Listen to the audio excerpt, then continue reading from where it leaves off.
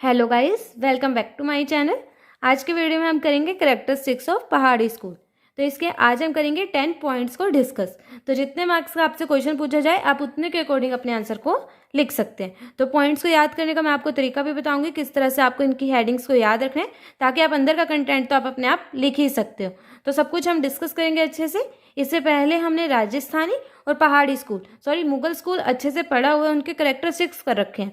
तो आज हम पहाड़ी के स्टार्ट करते हैं। तो आपका फर्स्ट कैरेक्टरिस्टिक है डिस्क्रिप्शन ऑफ नेचर। इसका मतलब क्या है, नेचर को डिस्क्राइब किया गया है पहाड़ी स्कूल में। किस तरह से डिस्क्राइब किया गया? अगर आपको अंदर का पॉइंट याद नहीं है, अंदर का कंटेंट याद नहीं है, तो आप अपने अकॉर्डिंग भी लिख सकते हैं। थोड़ा थोड़ा आप बस एक बार पढ़ लीजिए, अपने आप माइंड में आपको याद हो जाएगा और बाद में आपको लिख भी सकते हैं आप पेपर में। तो देखते हैं डिस्क्रिप्शन ऑफ नेचर। इसमें पहाड़ी स्कूल में नेचर को कैसे डिस्क्राइब किया गया। ट्रीज दिखाए गए, क्लाउड्स दिखाए गए, वाटर दिखाए गए, जंगल हैव ऑल शोन इन पहाड़ी पेंटिंग। तो ये सब कुछ हमें पता है कि नेचर में हम ये सारी चीज़ों को शो करते हैं। The depiction of landscape consist mountains, beautiful flowering trees, reverse, aquatic birds. तो इतना हमें पता है कि जो लैंडस्केप है उसमें क्या दिखाया जाता है, माउंटेन्स दिखाए जाते हैं, ट्रीज दिखाए जाते हैं, रिवर्स दिखाए जाते हैं और एक्वेटिक बर्ड्स दिखाए जाते हैं। अब जरूरी नहीं है आपको एग्जैक्ट यही वर्डिंग्स का यूज करना है, आप अपने अकॉर्डिंग इसे लिख सकते हैं। In the sky clouds, lightning and rain etcetera are nicely painted. तो स्काई में क्या दिखाए जाते थे? बादल दिखाए जाते थे, लाइटनिंग दिखाई जाती थी और रेन भी दिखाई जाती थी। अब नेक्स्ट पॉइंट देखते हैं। अब पॉइंट्स को याद करना कैसे है। देखो फर्स्ट पॉइंट याद रखो, नेचर से रिलेटेड है हमारा। किससे रिलेटेड है? नेचर से। आप इन पॉइंट्स को आगे पीछे करके भी लिख सकते हैं। तो फर्स्ट पॉइंट क्या? Description of nature. अब सेकंड भी इससे मिलता जुलता पॉइंट है आपका, depiction of animals and birds. तो मतलब नेचर में आपका एनिमल्स एंड बर्ड्स आ जाते हैं ना, कि भाई जंगल वगैरह से आप याद कर सकते हैं कि इसके अंदर एनिमल्स और बर्ड्स वगैरह। तो इस तरह से आप वर्ड्स को इंटरलिंक करके याद करोगे ना, तो आपको बाद में पेपर में आप इनकी हेडिंग्स नहीं भूलोगे।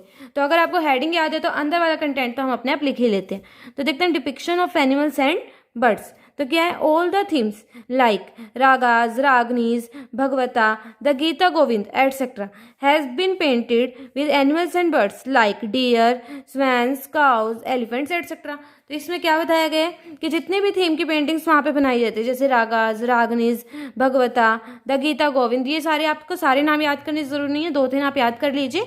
उसमें क्या कहेगा, इन सबको जब पेंट किया जाता था तो उसमें एनिमल्स और बर्ड्स को बहुत ज़्यादा अच्छे से दिखाया जाता था। जैसे कि डियर बनाए जाते थे, स्वाम्स दिखाए जाते थे, काउस दिखाई जाती थी, एलिफेंट्स दिखाए जाते थे। तो इस तरह से आपको इस पॉइंट को लिख देना।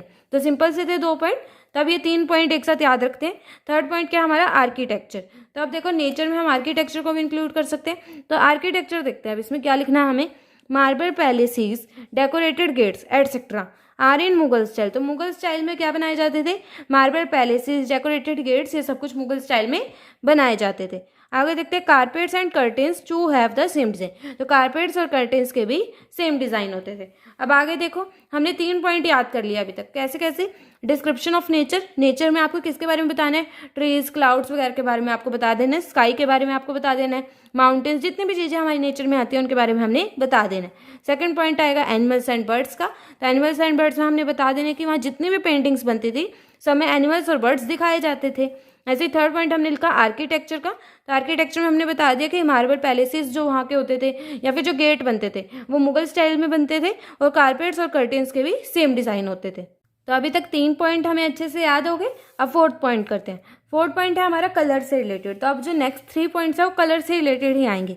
देखते हैं फोर्थ पॉइंट क्या? कलर्स। कलर्स, इसकी हेडिंग आपको याद जरूर रखनी है। कलर्स है, अब आगे देखते हैं। मोस्टली ब्राइट प्राइमरी कलर्स जैसे red, blue, yellow have been use. तो ज़्यादातर प्राइमरी कलर्स यूज होते थे, रेड, ब्लू, येलो। वो भी कैसे? ब्राइट कलर्स यूज होते थे, याद रखना ब्राइट कलर्स यूज होते थे।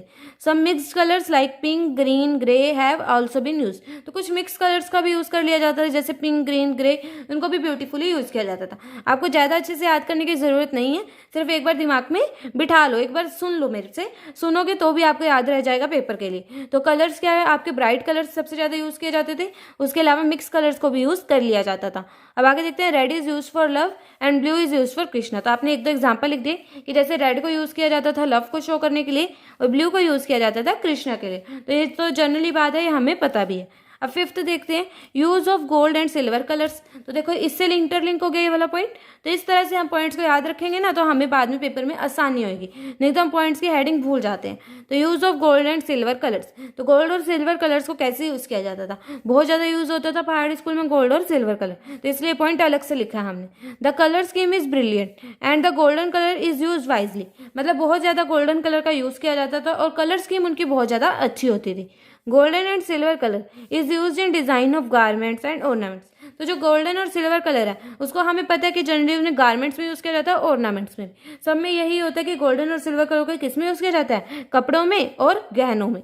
अब आगे देखते हैं, lightning is painted with silver, जो लाइटनिंग होती थी उसे किससे पेंट किया जाता था, सिल्वर कलर से पेंट किया जाता है, ये भी हमें पता है। और गोल्डन को यूज किया जाता है यूटेंसिल्स, मतलब बर्तन को पेंट करने के लिए हमें किसे यूज करते थे, गोल्डन को, पैलेसिस, मेटल एंड फर्नीचर एटसेट्रा। तो गोल्डन कलर को इन सभी चीजों के लिए यूज किया जाता है, जैसे पैलेसिस को पेंट करना, हमें मेटल बनाने या कोई फर्नीचर है, तो इन सारी चीजों के लिए हम गोल्डन कलर का यूज करते थे। तो गोल्डन और सिल्वर कलर का बहुत ज्यादा यूज होता था, तो ये हमें अच्छे से इसमें एक्सप्लेन कर देना। अब 6 पॉइंट देखते हैं, यूज ऑफ बॉर्डर्स। अभी तक आपको सिंपल लग रहा होगा, अगर आपको कोई भी डाउट है इससे रिलेटेड तो आप मुझसे कमेंट सेक्शन में पूछ सकते हैं। तब 6 देखते हैं हमारा क्या था, यूज ऑफ बॉर्डर्स। तो बॉर्डर का यूज किया जाता था, कैसे किया जाता था, इन सम पहाड़ी paintings ornamental borders have been shown, the red and yellow borders are shown। तो देखो अब हमने गोल्ड और सिल्वर वाला पॉइंट लिख दिया, ठीक है, हमने गोल्ड और सिल्वर वाला पॉइंट लिख दिया, पहले हमने कलर वाला लिखा, फिर हमें उससे याद आया हमें गोल्ड और सिल्वर का भी एक्सप्लेन कर सकते हैं, हमने उसका लिख दिया। फिर इसमें हमने ऑर्नामेंट्स की बात करी कि गोल्ड से हम ऑर्नामेंट्स बना लेते हैं, तो ऑर्नामेंट्स की जब हमने बात करी तो हमें याद आया कि ऑर्नामेंटल डिजाइन किस में यूज होता है, बॉर्डर्स में यूज होता है। तो आप चाहें तो इस तरीके से याद कर सकते हैं जैसे मैं बता रही हूँ, नहीं तो अगर आपको अलग अलग पॉइंट याद होते हैं तो आप वैसे भी याद कर सकते हैं। तो यूज ऑफ बॉर्डर्स, बॉर्डर को किस तरह से बनाया जाता है, ऑर्नामेंटल बॉर्डर्स दिखाए जाते थे। और रेड और कलर येलो कलर को बहुत ज्यादा यूज किया जाता था बॉर्डर्स में। तो अब 6 पॉइंट्स हो गए।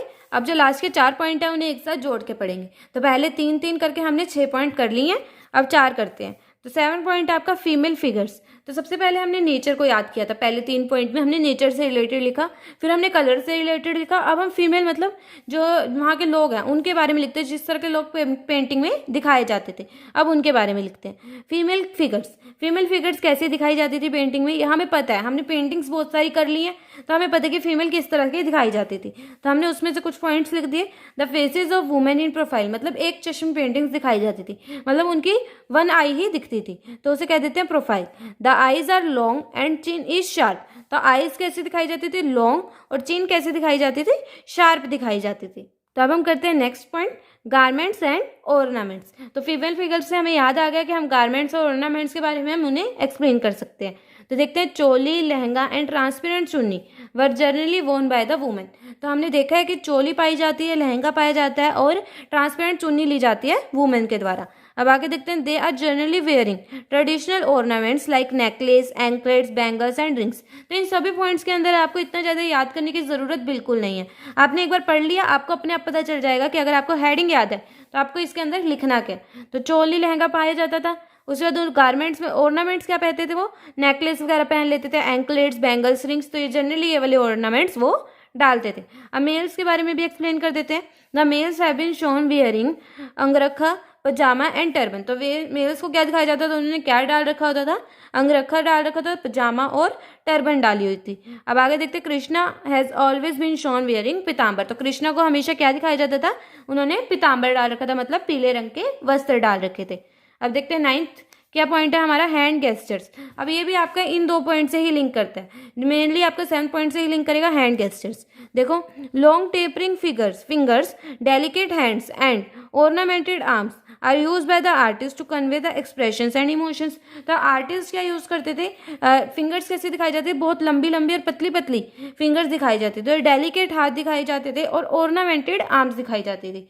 तो ये सब कुछ दिखाया जाता था किस चीज के लिए, ताकि वो अच्छे से एक्सप्रेशंस को और इमोशंस को पेंटिंग के द्वारा शो कर सके। तो इसका भी हमारा फीमेल फिगर से रिलेशन आ रहा है कि कैसे लॉन्ग टेपरिंग फिंगर्स दिखाई जाती थी, सॉफ्ट हाथ दिखाई जाते थे, उनके सॉफ्ट हाथ दिखाई जाते थे, डेलिकेट हैंड्स दिखाए जाते थे, और ऑर्नामेंटेड आर्म्स दिखाई जाती थी। 9th पॉइंट देखते हैं, 10th देखते हैं। 9 तक हमने अच्छे से याद कर लिए सभी पॉइंट्स। 10th पॉइंट है हमारा रोमांटिक सीन्स। रोमांटिक से किस तरह के थीम पे हमारी पेंटिंग्स बनाई जाती थी, जैसे बहुत सारी थीम्स पे पेंटिंग बनाई जाती थी, लेकिन सबसे ज़्यादा ज़रूरी है हमारा रोमांटिक सीन्स, क्योंकि बहुत ज़्यादा पेंटिंग्स इस पे बनाई जाती थी। तो a lot of romantic scenes are found in Basohli and Kangra paintings. तो हमने पढ़ा है कि पहाड़ी स्कूल के सब स्कूल्स हैं भसोली और कांगड़ा, तो इसके अंदर बहुत सारी क्या बनाए जाते थे, रोमांटिक सीन्स बनाए जाते थे।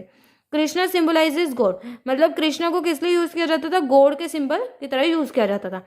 और Radha is the soul that goes through so many obstacles to meet the almighty, मतलब राधा क्या दिखाई जाती थी, राधा एक ऐसा दिखाई जाती थी कि वो उससे बहुत सारे ऑब्स्टेकल्स को पार करना पड़ता था कृष्णा को मिलने के लिए, ऑल माइटी को मिलने के लिए। तो इस तरह से उस पेंटिंग्स में शो किया जाता था। तो मैं होप करती हूँ आपके सभी पॉइंट्स अच्छे से क्लियर हुए होंगे। तो प्लीज़ इस वीडियो को एक लाइक कर दीजिए और मेरे चैनल को ज़रूर सब्सक्राइब करें और साथ में बेल आइकन को भी क्लिक करें ताकि मेरी आने वाली सभी वीडियो की नोटिफिकेशंस आपको मिल जाए। और आप मुझे इंस्टाग्राम पे भी फॉलो कर सकते हैं लेटेस्ट अपडेट्स के लिए। Thank you.